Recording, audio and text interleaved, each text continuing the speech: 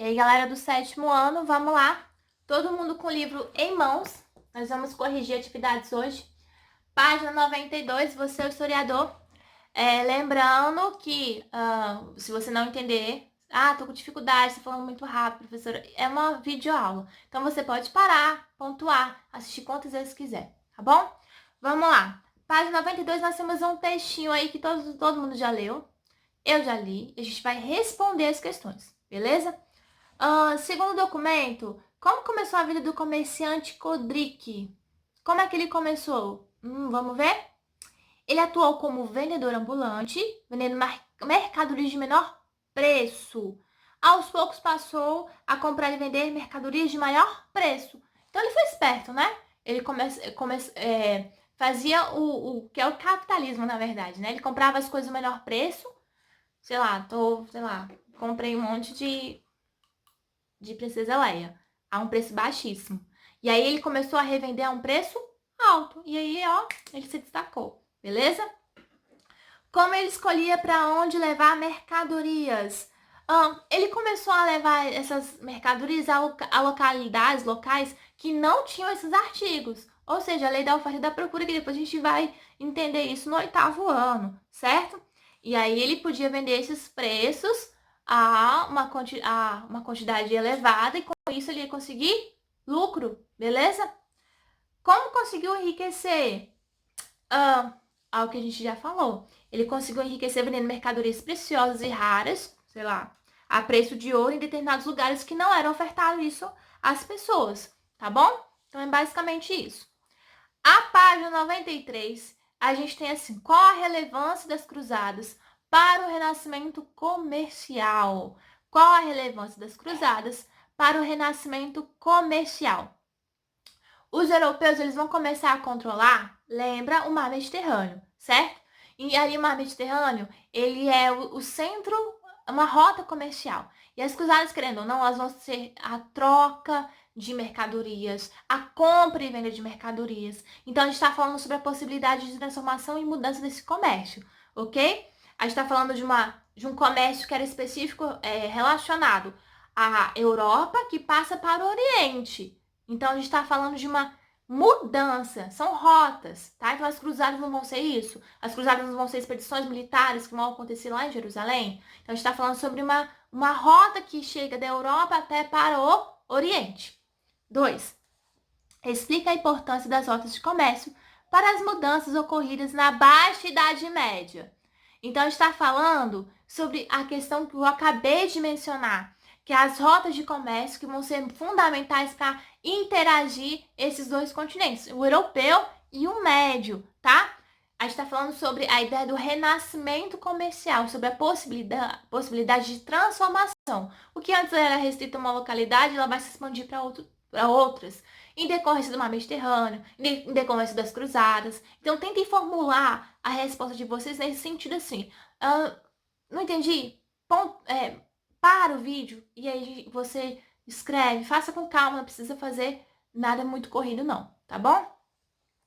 Qual a relação entre o crescimento das cidades e o surgimento de um novo grupo social na Baixa Idade Média?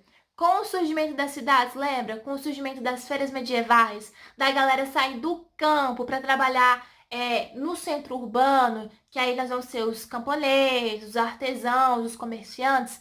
A gente está falando sobre o surgimento dos burgos. Qual seria essa nova classe? A burguesia, certo? Que vai ser um grupo dedicado às atividades comerciais. Essas atividades comerciais, elas vão ser importantes? Vão ser muito importantes, porque elas vão ditar a ideia do capitalismo, da economia da época. Que a gente sai da Idade Média e está adentrando a Idade Moderna, beleza? É nesse sentido aí. Lembrando que a ideia das cidades está relacionada por elas estarem associadas e perto de feiras medievais, de atividades bancárias, de rotas comerciais, beleza? Lembra que as principais cidades eram Gênova e Veneza. 4. Nos séculos finais da Idade Média Europeia, a economia da subsistência de trocas naturais tendia a ser suplantada para a economia monetária. A influência das cidades passou a prevalecer sobre os campos e a dinâmica de comércio levou à mudança e à ruptura de corporações de ofícios medievais. Analisando as transformações citadas, conclui-se que, corretamente que elas, vamos lá, Qual que vocês marcaram aí? Qual que seria que tem mais a ver? Olha aí. Letra A. Evidenciar o surgimento da nova camada social burguesa e a crise no sistema feudal. São características do fim da Idade Média, da Baixa Idade Média. São características primordiais. 5. Eu vou ler o textinho para a gente poder responder. O mundo feudal se opunha ao burguês. Ele não era subordinado a ninguém e não devia satisfação sobre seus atos a quem quer que fosse. Entretanto, sobre ele pesavam inúmeros privilégios senhoriais, como pagar pelo uso de pontos e caminhos. Isso incomodava muito ao mercador que ansiava por poder ir e vir com seus produtos, sem ser obrigado a ver o seu lucro reduzido pelo pagamento de taxas. E a gente responde. Considerando o trecho apresentado, por que podemos afirmar que o surgimento da burguesia motivou o fim do feudalismo? Vamos pensar que o feudalismo ele tinha regras que dificultavam o comércio, a ideia da economia. Então, quanto mais os burgueses, a galera que detinha grana, eles podiam fazer, de certa forma, as suas próprias regras sociais, ou melhor, regras comerciais, certo? E aí essas atividades comerciais, sei lá, poderiam enfraquecer, o que vai ocasionar é enfraquecimento do sistema feudal. Então, o cara que é um comerciante, né, um burguês, sei lá, ele vai vender.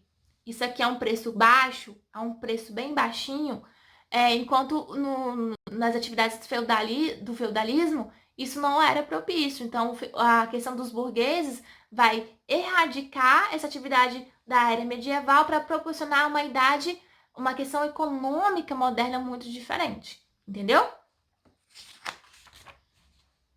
Página 94.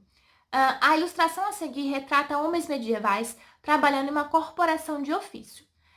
Organize os termos a seguir na ordem hierárquica de uma corporação de ofício.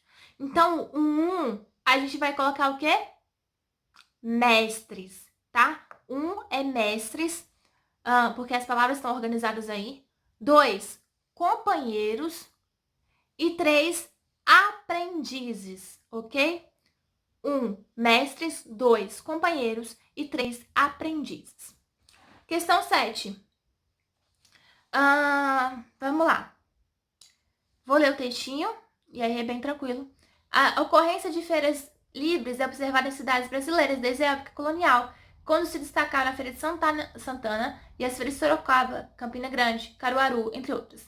Em cidades europeias, esses eventos econômicos e culturais se tornaram comuns a partir da Idade Média, com o renascimento do comércio e a vida urbana, quando se notabilizaram as feiras de Provence e de Troyes, da região de Champagne, e as feiras de Bourges da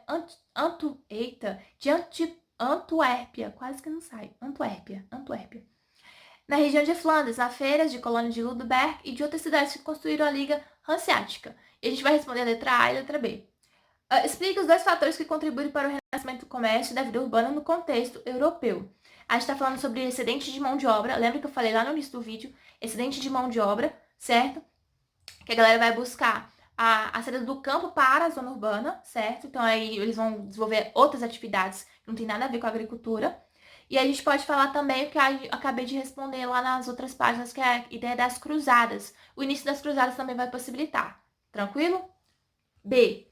O significado das corporações de ofício que se difundiram a partir do século XII nas cidades europeias. Essas corporações de ofício vão ser como se fossem associações.